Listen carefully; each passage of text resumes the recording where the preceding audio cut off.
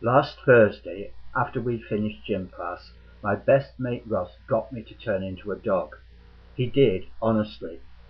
Our gym teacher, Mr. Carr, asked Russ and me to stack away equipment once the class was over, and while we were doing it, the rest of the lads got changed and cleared off. Luckily, it was the end of the afternoon with no other classes to go to, or we would have been well and truly late. Anyway, it was when we got back to the locker room, still in our shorts and stuff, that Russ sprang his surprise. Checking Mr. Carr had left too, he turned to me and said, "You ever wanted to turn into an animal, Jack?"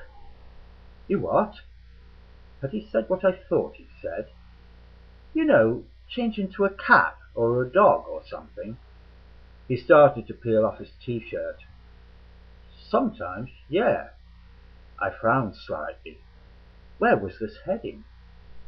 "So why don't you?" Russ said. "Change into something now while no one's around." Tossing his shirt aside, he stared at me expectantly. "It's impossible," I scoffed. "People can't change into animals." "They can if they want to," he responded, "if they want it enough." Absently he scratched his armpit. "Last night I thought about my grand's cat, right, Tibbo. I wondered what it would be like to be him.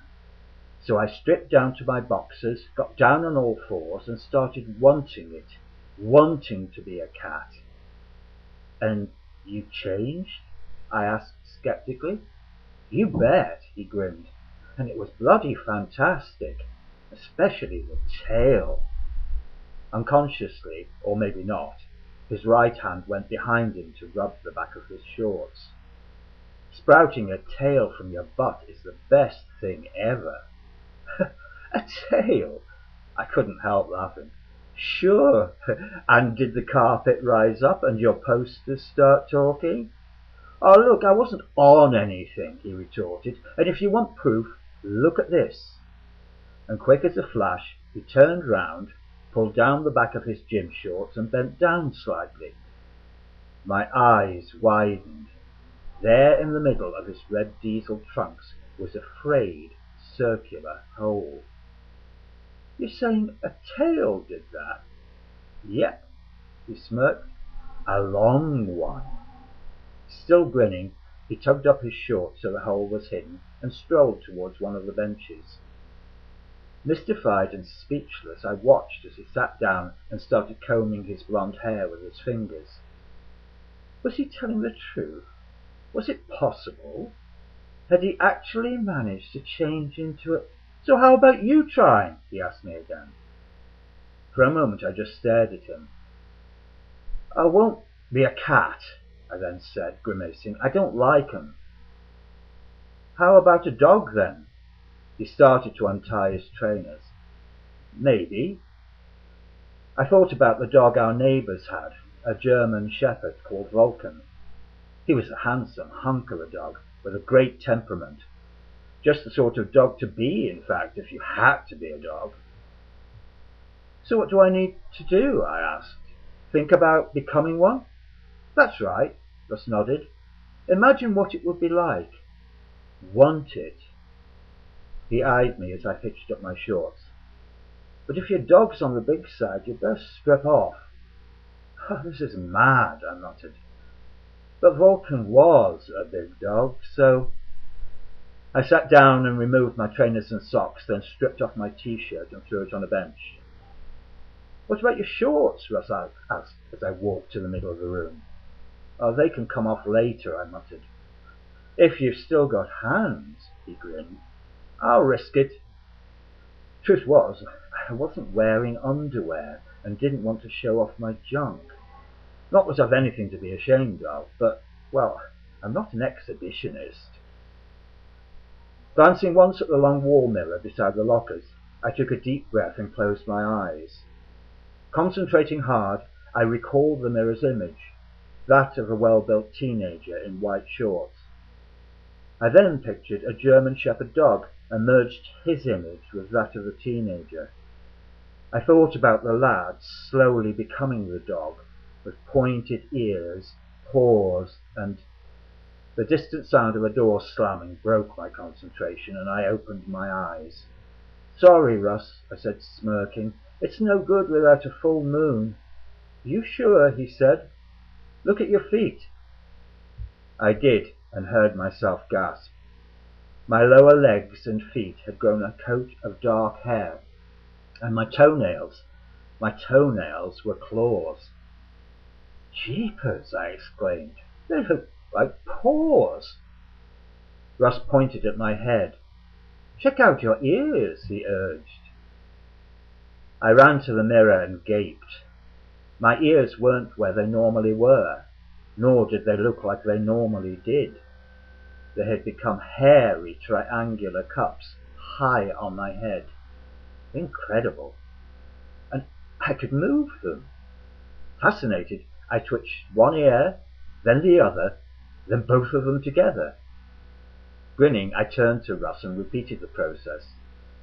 "Neat," he commented. "But don't stop there. Push it further. See what else happens." I needed no encouragement. I thought of the dog again and the teenager, no, me, becoming that dog. I felt a cramp in my hands. Looking down, I saw the bones shrink and my fingers and thumbs become stiff and stubby. Coarse hair grew out of the skin, and seconds later, in a prickling wave, it erupted all over my back and chest. My upper body was soon a forest of fur, and when it grew up my neck into the hair on my head, my ears twitched madly. The same thing then happened below my waistline.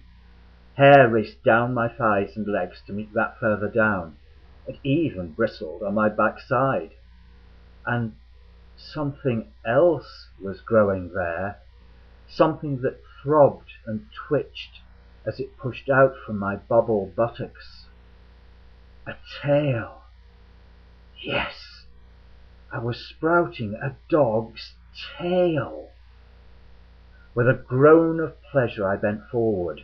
I wanted to bend. The taut new muscles at its base, the rush of awakening nerves along its length, and the stretch of my white gym shorts over the stiff, thrusting tip were totally exquisite. And the pleasure kept on building. As I bent more sharply, pressing my altered hands to my knees, I felt a further surge of growth. "Ugh." "Shit!" Russ exclaimed, staring. "That's a really big bulge." He wasn't wrong. It felt big too, huge and tight. "Yes," I said excitedly. "Keep going." With a laugh that was more like a bark, I turned to the mirror, trying to see my bulging butt for myself. But before I could, the bones in my legs shortened, my balance went haywire, and I ended up on the floor. I tried to grip it, but my hands were now completely paws, and so were my feet. 4 sets of claws skidded on the polished floor as my arms became my front legs and my back legs shortened still further. My neck lengthened, and I felt my face expanding into a long, pointed muzzle. Strange, sharp teeth filled my mouth. My back stiffened. My tail, packed short, stretched out even more. "Ugh! Ugh! I want my tail out so I can wag it," I groaned. Pushing my backside high in the air, I panted and strained, pushed and thrust, and then the seat of my white gym shorts exploded. "Wow!" Russ exclaimed, staring. My burgeoning tail was thick with fur, and as it slowly pushed out through the hole it had made, the sensation was absolutely awesome. "Oh! Ah!" When it reached its full length and started flexing, I knew my transformation was complete. "This is great," I tried to say, but all that came out were a couple of loud barks. I could tell by Russ's face that I shouldn't speak again, in case someone heard and came in to investigate. Finding a dog in the locker room would be bad enough, but a dog in white shorts? Russ couldn't hope to explain it. Instead, I turned my ass so it was facing him and wagged my new tail furiously. "Nice one," Russ grinned, watching it. He then looked up at the clock on the wall. "Now, change back and come over to my place. Mum won't be back until 6. His eyes twinkled mischievously, one hand groping his crotch. "Let's be horses for a bit."